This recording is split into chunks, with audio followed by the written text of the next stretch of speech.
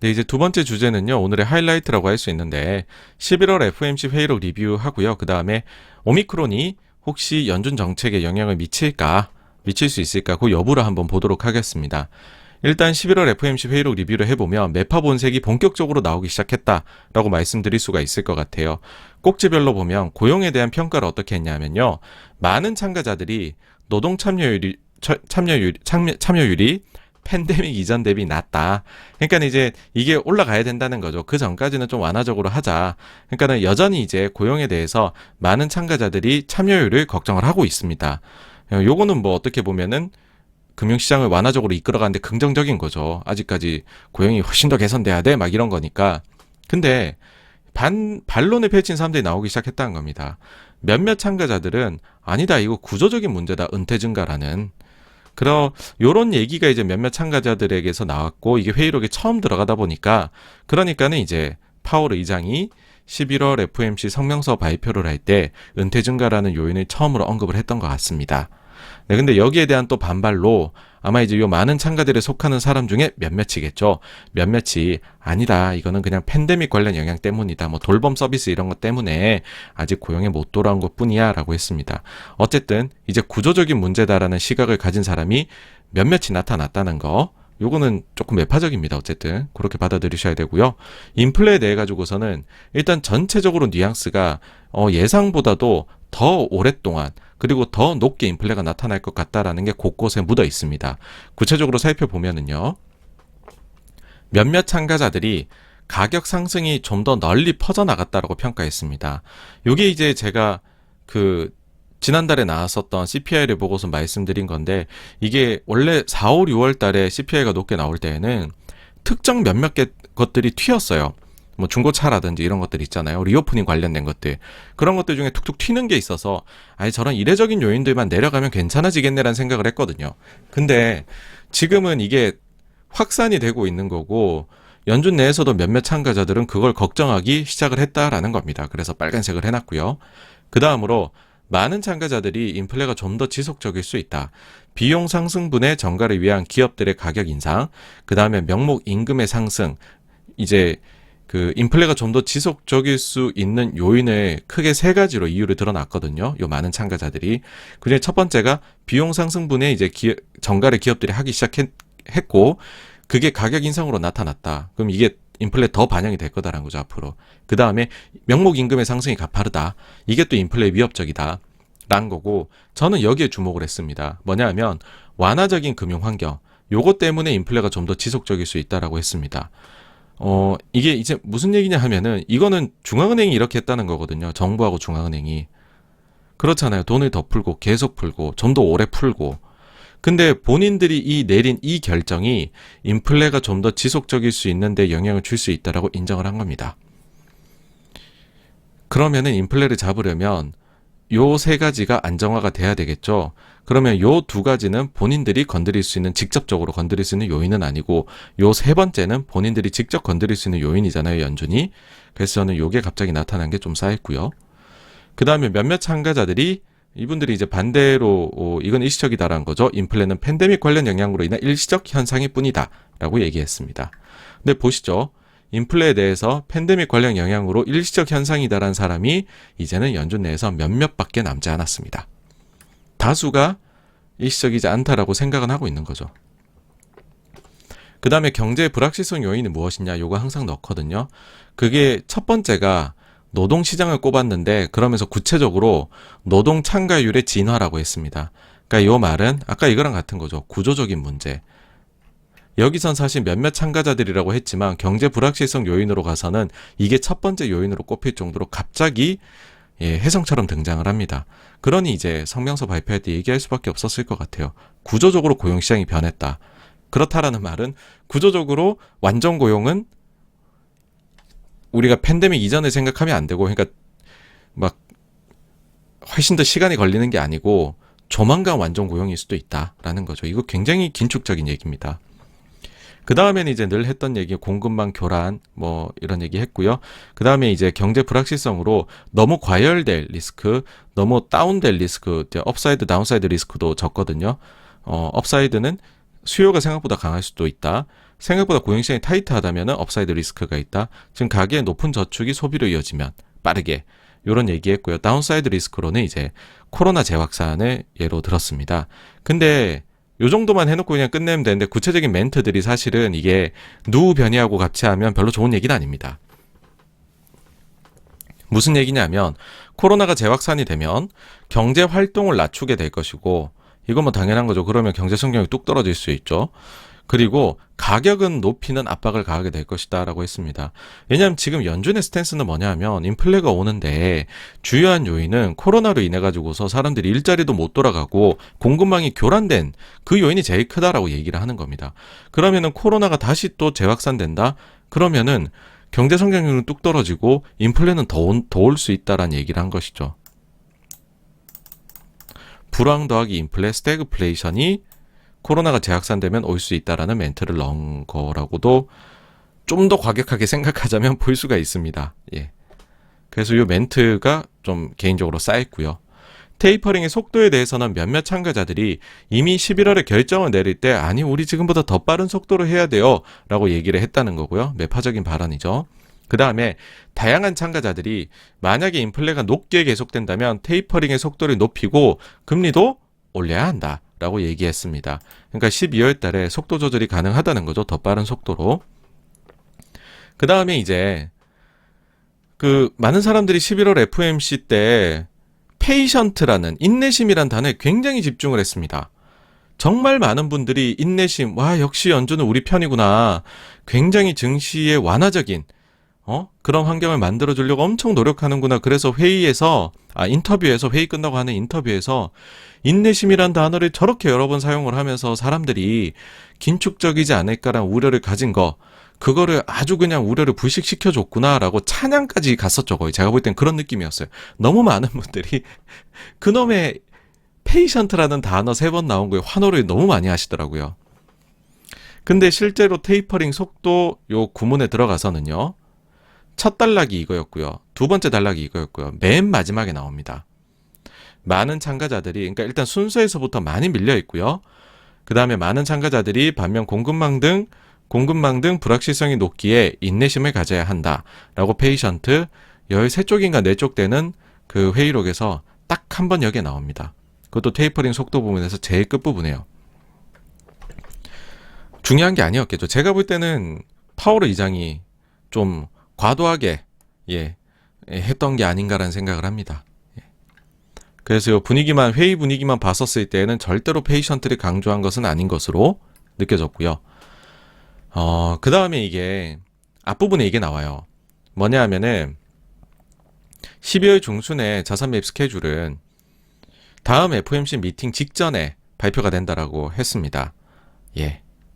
그리고 이제 요번 회의로 봤었을 때에는 다음번 요 12월 중순에 있을 자산 매입 규모, QE 규모 또 QE 규모, 그러니까 테이퍼링 속도, 테이퍼링의 규모가 그전하고 같은 사이즈지 않을까. 그러니까는 이제 연준이 말했었던 100억 달러, 50억 달러씩 줄여나가는 그 스피드 있잖아요. 그 스피드이지 않을까라고 얘기를 했습니다. 우드라는 표현을 써가지고서 했는데, 이거는 조금은 저도 그냥 상상이에요, 상상이긴 한데, 12월 미팅 직전에 자산 매입 규모 변경을 먼저 해버릴 수 있다는 생각도 아주 소수의 저는 이제 상상력이긴 하지만은 불가능한 얘기는 아니다라고 느껴집니다. 이거 보면서.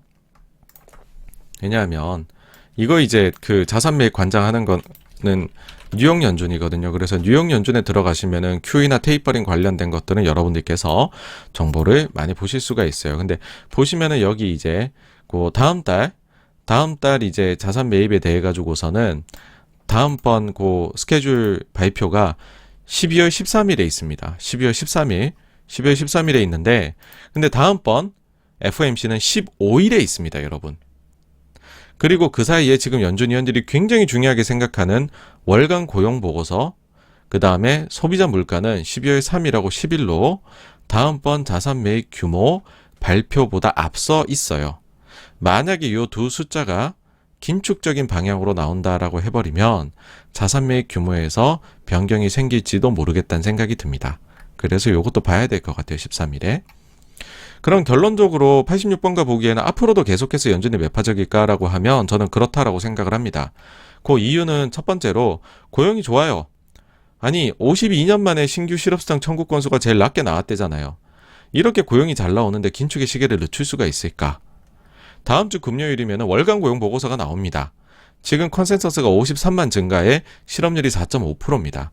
그 전 두 달에 보시면 실업률이 0.2%포인트씩 떨어졌어요. 4.5는 그 전때 4.6이니까 0.1 감소로 보고 있거든요. 만약 이보다 실업률이 낮게 서프라이즈하게 나와버리면 시장 놀랄 수밖에 없을 거라고 생각을 하고요. 그 다음에 인플레이션이 잘 안 내려와요.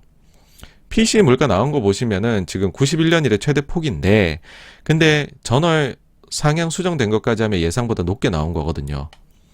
근데 문제는 뭐냐 하면 사실 CPI가 서프라이즈를 냈었죠. 서프라이즈 냈었는데 거기서 이 중에 서프라이즈는 뭐였냐면 이게 보니까 특정 요인들이 아니라 확산세가 나타나고 있다는 거죠. 광범위하게 지금 인플레 심리가 자극되고 있는 모습이 발견되었다라는 거죠. 거기다가 지난 3개월 동안 그런 이제 아주 특수 요인들 중에 하나 대표적인 거였던 중고차 지수 이게 3분의 1을 이끌었죠. 그 인플레 상승에 4, 5, 6월 달에 혼자서 이게 사실 7, 8, 9월 달에는 좀 슬로우 다운 했단 말이에요. 근데 이게 선행지표 있죠. 맨하임 인덱스 2달 빠른 그게 지금 가파르게 올라가고 있습니다. 그래서 다음 달 10일에 나오는 숫자부터는 이것도 다시 높아질 거예요. 그러면은 과연 연준은 인플레가 더 이상 일시적이다라는 거 이거 버틸만한 힘이 있을까라는 생각도 약간 우려도 약간 들고요. 그래서 그냥 지금 그렇습니다. 지금 연준의 전략은 인플레가 낮아지고 노동 참가율이 높아지기 그저 기도하는 수밖에는 지금은 없기는 해요. 이거를 그 전에 뉴욕 연준 총재 했었던 분이 신랄하게 비판을 했었죠. 지난주에. 네. 그다음 세 번째는 이제 뭐 새로운 코로나 변이 영향 요거에 대한 건데 이렇게 생각하시는 분들이 있더라고요. 당장 이제 이런 질문을 많이 받았습니다. 지인들한테. 아니 이거 새롭게 변이 나오면 야 그럼 증시에 좋은 거 아니냐? 왜냐면 완화적으로 다시 하겠지. 테이퍼링 늦추는 거 아니야 혹시? 테이퍼링 그만두는 거 아니야? 이런 걸 하시더라고요. 이제 지금까지 연준이 어떻게 흘러왔는지를 한번 말씀드려 볼게요. 자, 이제 이게 미국에서의 코로나 확진자 숫자 추이입니다. 보시면은 요 구간 2021년도 여름 7월부터 해가지고서 10월까지 이제 9월까지 해서 굉장히 이제 그 델타 변이에 따른 확진자 증가가 많이 나타났었죠. 많이 나타났습니다. 7월에서 9월까지 7월에서 9월을 기억을 해두세요. 자, 이 여름에 엄청나게 변이가 심했는데 근데 7월에서 9월 델타 변이 한창이죠. 7월 FOMC에서 커밍 미팅즈라는 표현을 사용했다고 그때 말씀드렸죠. 86번가 FOMC 그 미팅 그다음에 회의록 리뷰 요거는 꼭 참고하시면 좋을 것 같아요. 제가 굉장히 심혈을 기울여 만드는 거기 때문에 이거는 문구 하나하나 다 보면서 제가 리뷰를 하는 거거든요.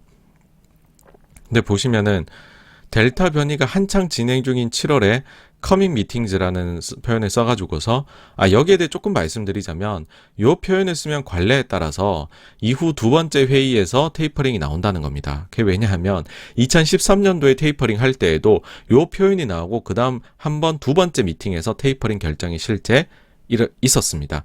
이번에도 7월 FOMC에서 커밍 미팅스가 나온 이후에 그 다음에 두 번째 회의인 11월 FOMC에서 테이퍼링 결정이 됐습니다. 델타 변이로 올라가고 있는데 연준은 테이퍼링 하겠다. 그러니까는 이제 주목할 점은 이거죠. 델타가 사그러들 기미가 안 보이는 상황에서 연준은 테이퍼링이 향후 두 번의 미팅 안에 결정될 것임을 강력히 시사했다는 겁니다. 그러면 이번에 누구 변이 어떻게 할 건지 감이 조금 오시기 시작하시죠. 그렇죠? 자, 그 다음에 이때 회의록을 눈여겨볼 필요가 있어요. 회의록은요, 요 커밍 미팅스 표현보다도 어떻게 보면 더 강력했습니다. 제가 그때 그랬었죠. 7월 회의록에서 우리가 초점 맞춰야 될 건 어디냐라고 했었을 때, 단순히 이게 한두 명, 약간의 과반수를 살짝 넘어서는 수준의 사람들이, 테이퍼링 하자 얘기한 게 아니라, 대부분의 위원들이 올해 내에 테이퍼링을 시작하자라고 이야기했던 게, 델타가 한창일 때 연준 위원들의 생각입니다. 여러분 아직 이제 오미크론의 경우에는 미국에 도착을 안 했어요. 공식적으로 이제는 했나요? 제가 방송하기 전까지는 못 본 것 같고. 근데 이 오미크론이 아직 도착도 안 했는데 보름 뒤에 있을 FOMC 회의에서 벌써 여기에 반응을 할 것이다. 외국에서 퍼지고 있으니까 미국의 중앙은행이 반응을 한다. 그건 조금은 너무 나간 거다라고 생각하고요. 그리고 뭐 이젠 전 국민이 코로나 전문가가 됐잖아요. 보시면 코로나는 잠복기가 있습니다. 그리고 나중에 퍼져나가는데 어쨌든 시간이 걸리고 일정 수준 이상 퍼져나가고 나면은 그때부터 가속화가 되죠. 초기에는 그렇게 안 늘어나요. 초기에는 그렇게 늘어나는 게 아니란 말이죠. 과연 다음 12월 15일 회의까지 오미크론이 대세 변이종이 될 수 있을까? 미국 내에서요. 지난 여름에 델타 확진자 숫자만큼 오미크론이 한 20여일 동안만큼에 늘어날 수 있을까? 그리고 만약 그렇게 된다 하더라도 그 상황에서도 테이퍼링을 얘기했던 게 연준이거든요. 그럼 과연 테이퍼링 늦추자고 할까? 그렇고요. 그 다음에 이제 심지어는요. 이때 델타 변이 숫자가 좀 내려오기 시작을 하니까요. 연준은 한층 과감해진 적이 있습니다. 지난 11월 FOMC 성명서에서 델타 변이를 이때 보시면 이제 10월부터 해서 쭉쭉 내려오기 시작하잖아요. 이제 그 피크 때 비해서 절반으로 내려오니까 이제는 거의 델타 졸업을 얘기를 그런 뉘앙스를 성명서에 담아버렸어요. 연준이. 이게 뭐냐면 요 부분입니다. 팬데믹으로 가장 부정적 영향을 받은 부분은 최근 몇 달간 개선되었지만 코로나의 증가로 인해 회복이 더뎠다. 여기에 여름에 코로나 이제 보시면은 원래는 요런 표현이었어요. 9월까지는 요렇게 표현했거든요. 팬데믹으로 가장 부정적 영향을 받은 부분은 최근 몇 달간 개선되었지만 코로나의 증가로 인해 회복세는 더뎠다. 인데 11월에 바뀐 거는 그 코로나 증가라는 부분이 있잖아요. 여기 중간에 여름을 추가를 했습니다. 여름의 코로나 증가로 인해 회복이 더뎠다. 그렇다라는 말은 지금은 증가가 아니다. 여름의 일이고 지나간 일이다. 라는 뉘앙스였고 그 뒤에 보면 더 확실해집니다. 9월 달에 성명서에서는요. 요 영어 첫 줄은 똑같아요. 밑에 줄이 바뀐 겁니다. 빨간색이요. 경제 경로는 계속해서 바이러스 경과에 달려있다. 예방접종의 증가가 공중보건 위기, 여기 보면은 퍼블릭 헬스 크라이시스가 있어요. 공중보건 위기가 경제에 미치는 영향을 계속해서 감소시킬 것이다 라고 얘기를 했습니다. 근데 이제 11월 달에 보시면은 경제 경로는 계속해서 바이러스 경과에 달려있다. 예방접종의 증가와 공급 제약의 완화는 이미 공급 제약 완화가 일어나고 있다는 거죠. 연준은 이 말 자체가 뭡니까? 코로나 내려온다는 거죠. 경제활동 및 고용의 지속적인 증가와 인플레 감소를 지원할 것으로 예상된다. 결정적 차이 보이시나요? 공중보건 위기라는 단어가 없어졌습니다. 네. 델타는 지나간 일이야. 11월 달에 연준에서는 이미 거의 확정적으로 얘기했습니다. 그래서 제가 그때 11월 FOMC 성명서 리뷰를 하면서 그런 말씀드렸죠. 좀 쎄한 게 왜 바이러스를 갑자기 이렇게 다 지워버리지? 저러다가 바이러스가 다시 창궐하면 어떡하려고 했잖아요. 네. 그래서 결론적으로는요. 지난 금요일 하락을 오로지 오미크론 탓으로 돌리는 것에 대해 저는 반대를 합니다. 그러니까 그저 지금 제가 더 집중해야 되는 부분이라고 보는 거는 연준이 지금 매파적으로 방향을 돌린 상황이라는 거, 그리고 그 점을 투자자분들이 인지를 하셔야 된다는 게 더 중요하다고 생각을 하고요. 흔히들 이런 말씀을 하시죠. 금리를 올려도 증시는 더 오른다. 왜? 과거에 그랬으니까 하시는데 거기에는 조금 착각이 있습니다. 금리를 올려도 증시가 더 올랐던 이유는요. 미국의 이제 연준이 비하인드 더 커브라는 정책을 썼기 때문입니다. 요 단어가 뭐냐면 경제 발전의 속도보다 더 완화적으로, 그러니까 느리게 긴축을 해나가는 거죠. 금리는 올리고 있는데 사실은 경제가 성장하는 속도를 보면 5번 올려야 되는데 3번만 올리고 막 이러면은 완화적이라는 거죠. 상대적으로. 그래서 완화적으로 금리를 올려나갔기 때문에 요거를 저희가 이제 비하인드 더 커브라고 얘기를 합니다. 요런 단어 앞으로 연준이 나중에 금리 올리기 시작을 하면 많이 보시게 될 거예요. 언론에서. 이제 어쨌든 그런 건데, 근데 이렇게 과거에 할 수 있었던 이유는 인플레가 낮았기 때문입니다. 무슨 말이냐 하면은 요거거든요. 미국의 소비자 물가가 테이퍼링 이제 14년도 내내 했죠. 그 다음에 금리를 한 번, 그 다음 4번, 3번 이렇게 올립니다. 2018년도까지. 요 기간 동안에 보시면, 아니, 2%를 넘어갔던 기간이 짧아요. 별로 없어요. 근데 지금은 엄청 높다는 거죠. 실제로 이게 얘기가 나옵니다. 당연히 나오겠죠. 지난 11월 달 한번 보죠. FOMC에서 기자가 이런 인터뷰에서 기자가 이런 질문을 합니다. 13년도 테이퍼링하고 21년도 테이퍼링 보니까는 21년도 테이퍼링이 그 금액으로 보니까 2배 이상으로 더 빠르게 하던데 왜 이렇게 차이가 나느냐 하니까는 파월 의장이 얘기를 하죠. 예, 그쵸. 여기 지난 테이퍼링 대비해서 속도가 2배 이상 빠른데 왜 그런가요? 하니까 파월 의장이 고용과 인플레이션 상황이 그때하고 차이가 난다. 뭐냐? 소비자 물가 그때보다 많이 높고 고용 상황이 그때는 실업률이 테이퍼링에 처음 이제 하겠다라고 얘기했을 때 여러분들 실업률 보십시오. 7%대입니다. 높습니다. 근데 지금은 테이퍼링 들어갈 때 4.6%에서 들어가요. 훨씬 실업률이 낮은 상황에서 들어간다는 거죠. 완전 고용에 훨씬 가깝고 인플레가 많이 높은 상황에서 테이퍼링 진행하는 게 소비자 물가가 많이 낮고 완전 고용에서 훨씬 멀어져 있던 상황에서 테이퍼링 들어갈 때 하고 차이가 난다라고 이미 얘기했습니다. 그래서 지금 만약에 그러니까 지금 계속해서 도돌이표입니다. 물가하고 완전 고용이 중요한 겁니다. 그래서 이게 과열로 나와버리면 비하인드 더 커브 하기 매우 어렵습니다. 그리고 이제 인플레는 한 가지 더 말씀드리자면은 이게 특히나 기대 심리가 강하게 작용하거든요. 원래는 한두 개만 툭툭 오르면은 아유 내 거는 못 올리지 뭐 내 거 가격 올리는 사람들이 사겠어? 근데 내 주변 상점들이 다 가격 올리면 나도 올리게 되는 거거든요. 이게 심리라는 겁니다. 이게 굉장히 강하게 작용을 하기 때문에 인플레는 심리를 한 번은 잡아주기는 해야 되거든요. 근데 이제 연준이 지금 어떠냐? 제가 볼 때는 한 번은 잡고 가는 방향으로 가지 않겠느냐. 그런 가능성이 점점 높아져 간다인데 흔히들 이제 과거에 그 금리 인상 사이클 보시면은 1년에 한 번, 바로 이제 지난번 금융위기 이후 때는요. 1년에 한 번, 그 다음에 2년 동안 7번 올렸거든요. 근데 요번에는 반대일 수 있다는 얘기를 합니다. 대깔 꼬마니 딱 해가지고 요번에는 처음 2년 동안 7번 올리고 그 다음 2년 동안 한 번 올릴까? 그럴 수 있는 거 아니야? 이때는 인플레가 안 왔는데 지금 인플레가 오니까. 예, 그런 얘기까지도 나오는 것이죠. 오미크론에 대해 좀 더 얘기를 하자면 이렇습니다. 사실 이제 이런 게 또 나온다는 것 자체가 우리가 그만큼 코로나에 대해서 모르는 게 많다는 걸 저는 의미한다고 봐요. 그러다 보니까 섣불리 여기에 대해서 뭐 당장 지금 벌써 주말에만 해도 몇 가지들 막 나오고 있잖아요. 그걸 가지고서 오미크론은 이런 거야. 올해부터 난 이거를 기반으로 해서 매매를 해야지 하는 건 위험하다고 보는 거거든요. 오히려 이제 크레이머의 말에 굉장히 저는 동조를 하게 됐는데 보건 전문가들에 대한 이게 불신이 생길 수밖에 없다라는 겁니다.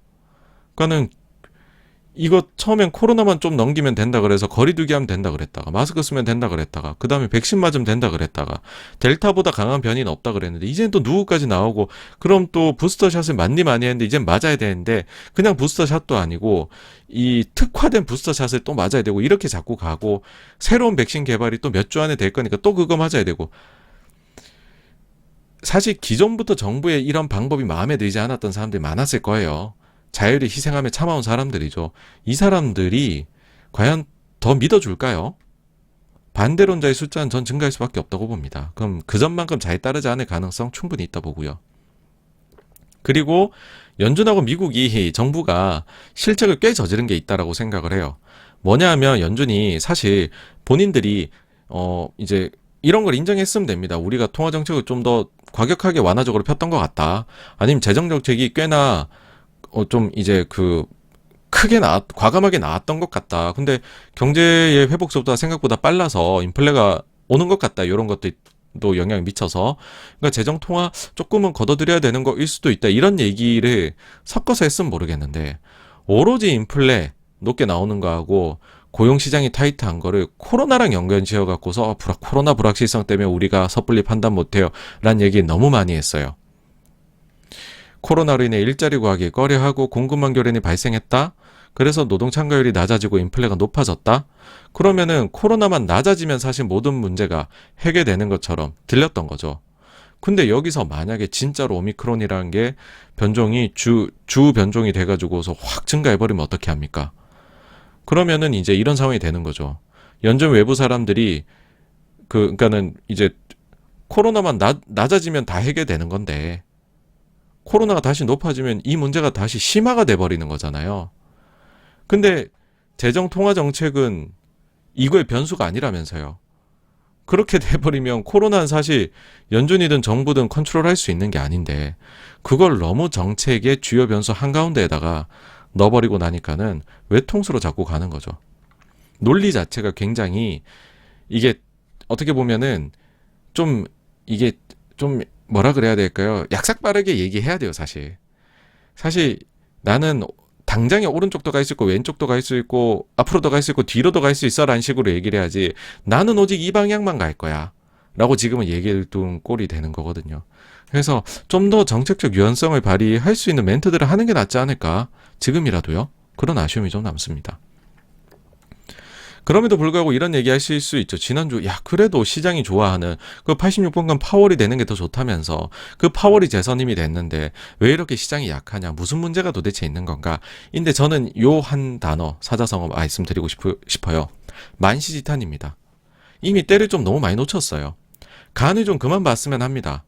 그러니까 사실 저는 요 과정을 보면서 굉장히 뭐 바이든 정부하고 민주당에 대한 불만이 생겨났습니다.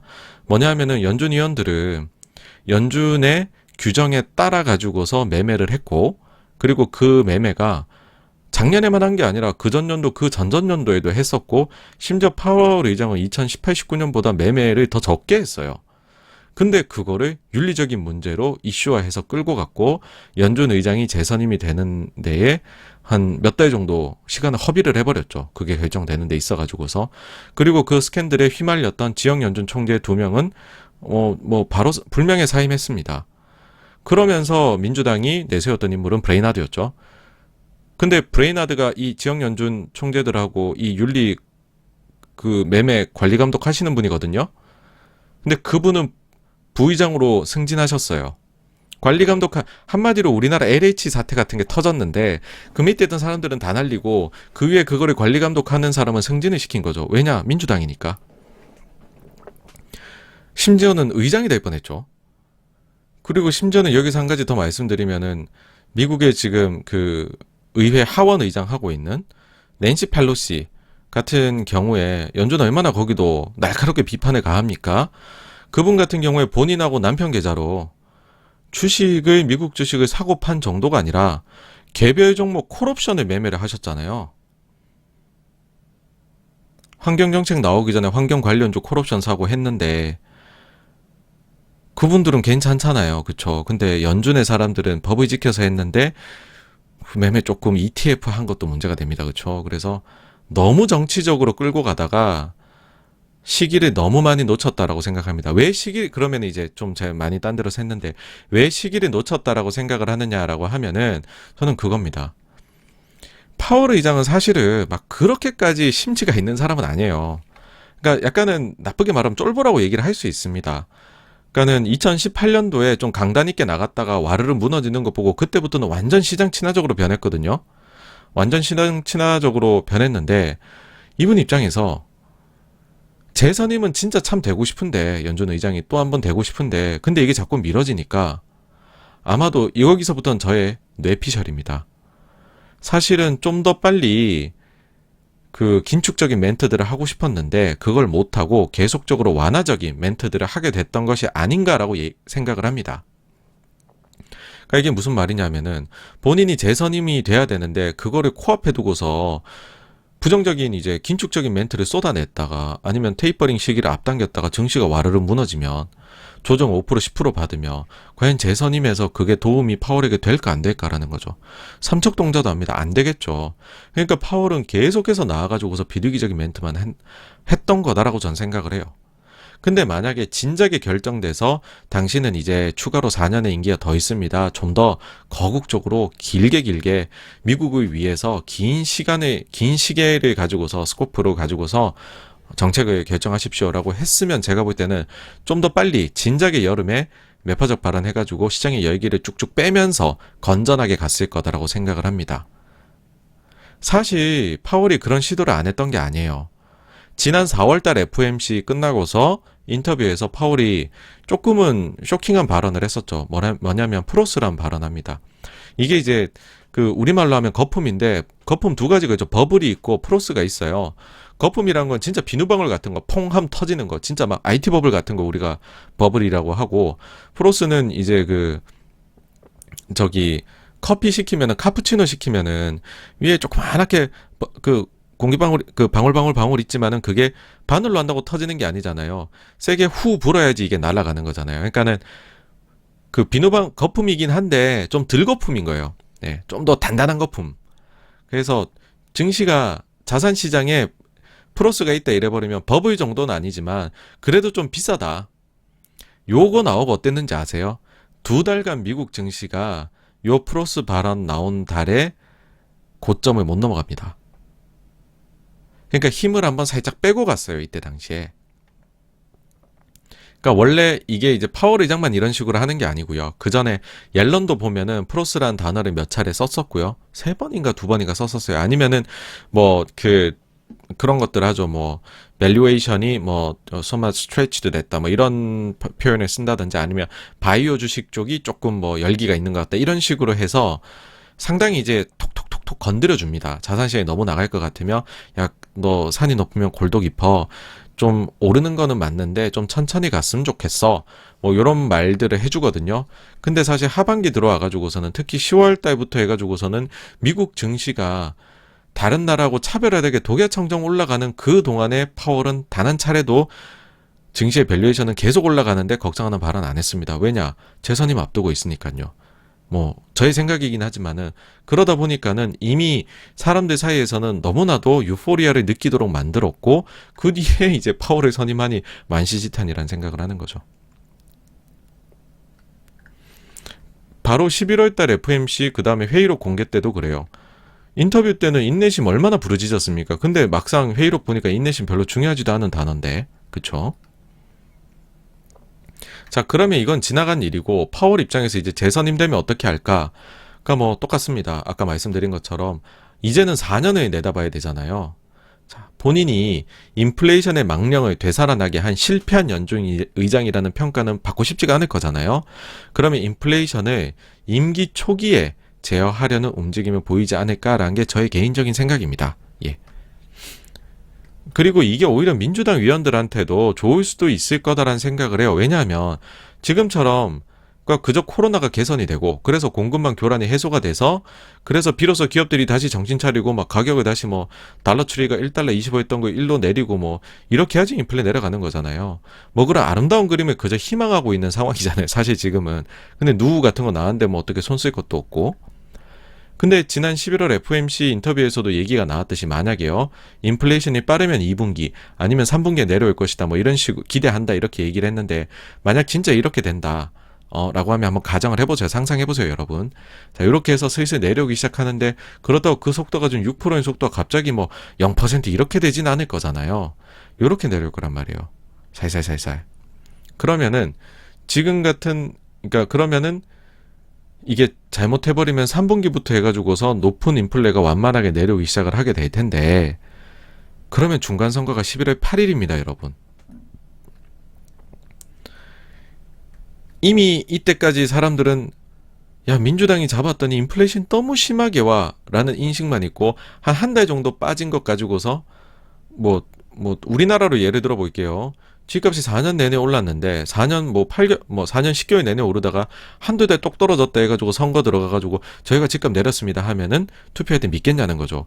마찬가지로 바이든이 정권을 잡고 나서 계속해서 인플레가 왔는데 한 달 똑 떨어진다 해가지고서 중간 선거에서 우리 인플레 잡았어요 하는 걸 믿겠냐는 겁니다. 그 전에 내려오는 게 정치적으로는 굉장히 안정적이죠. 실제로 이런 거 관련해가지고서 이게 민감하게 유권자한테 작동할 것 같다라는 느낌을 11월 FOMC에서 넌지시 이렇게 안겨다 주는 게 있습니다. 이때 이제 CNBC의 그 스티브 리즈먼 기자가 얘기를 한 건데 질문을 이렇게 던져요. 팬데믹 이전 대비 아직 일자리로 돌아오지 않은 사람 500만 명. 이게 이젠 400만 명을 줄었습니다. 이 500만 명들이 다시 일자리로 돌아올 수 있도록 그래서 완화적인 정책을 펴야 된다는 거잖아요. 그거에 따른 그 트레이드 오프가 너무 심하다는 거죠. 그것 때문에 미국의 모든 국민들이 6%대 인플레이션 고통을 겪고 있는데 이 말인즉슨 인플레이션 고통이란 말인즉슨 구매력이 감소하는 경험을 하고 있는데 즉 실질적 삶이 궁핍해지는 것을 경험하고 있는데 과연 이 400만을 위해서 6% 인플레이션을 모두가 감내할 만한 그 정도로 가치 있는 일이냐 이거를 파월 의장한테 질문을 했었죠. 예. 그러니까 이거 자체는 모든 국민하고 400만입니다, 여러분. 표 대결을 해보세요. 누가 이길지. 자, 이제 마지막으로는 그냥 차트를 좀 보여드릴게요. 코스피 차트고요. 코스닥 차트고요. 다우고요. S&P 500이고 나스닥이고 니케이고요. 중국 상해 종합이고요. 유로스톡스 50 원달러 환율입니다. 별로 손이 나가지 않는 차트라는 거. 네. 다시 한번 말씀드리고 싶고, 그 다음 마지막으로는 포지션이 지금 아직까지도 쏠림이 좀 있는 것 같다라는 거를 말씀을 드리고 싶어요. 무슨 말이냐 하면은, 일단은 뭐 지난주에 말씀드렸었던 그 이제 BOFA의 그 글로벌 펀드 매니저 조사 보시면은, 펀드 매니저들이 10월 대비 이제 11월 조사에서 보니까는 한 달 만에 미국 주식을 엄청나게 늘렸다는 거죠. 일단 주식 자체를 많이 늘렸는데 미국 주식 엄청 늘렸고 캐시는 많이 줄여놨다는 겁니다. 몰려갔죠. 원래도 팬데믹 이후에 미국 테크 주식을 엄청나게 사랑했는데 글로벌 펀드 매니저들이 10월 대비 11월에 더 늘렸다는 겁니다. 그래서 이런 말씀드렸죠. 야, 포지션을 이런 식으로 급격히 부정적으로 갔다가 급격히 긍정적으로 바꾸면 이럴 때는 조금 이렇게 몰려다닐 때는 좀 별로던데, 특히 미국 주식의 중심으로 너무 몰려가는 것 같던데, 2013년 이후 미국 주식 순 매수 포지션이 최대라고 하거든요, 지금. 그래서 미국만 오른 거죠, 사실. 근데 이렇게 너무 몰려다닐 때 그렇게 먹을 게 있지는 않더라라는 거고, 그리고 또 하나는 이게 뭐 JP 모건 자료라고 하는데, 요거 보시면은 요게 나온 게 이게 그 일주일 전 기준의 포지션이거든요. 일주일 전 기준의 포지션이라고 하는데, 보시면은 이제 네트로 지금 레버리지를 하고 있는 게 보이십니까? 지금 네트로 최대치입니다. 최대치. 역사상, 그러니까는 이게 그만큼 주식을 생으로 많이 갖고 있다는 걸로, 그러니까 아주 쉽게 표현하면은 할 수가 있어요. 넷 레버리지가 높을수록 위험 선호, 낮을수록 안전 선호거든요. 근데 네트의 그 레벨 자체가 퍼센타일로 보면은 99%입니다. 상위 1%. 예. 만일의 위험 선호입니다. 상위 1%의 위험 선호. 하여튼 많이 몰려다니고 있습니다. 지금 많이 쏠려 있다. 그런 얘기를 여기 마지막으로 한번 드리고 싶습니다. 네, 그래서 여기까지가 이제 두 번째 주제에 대한 내용이었고요. 다음으로 넘어가도록 하겠습니다.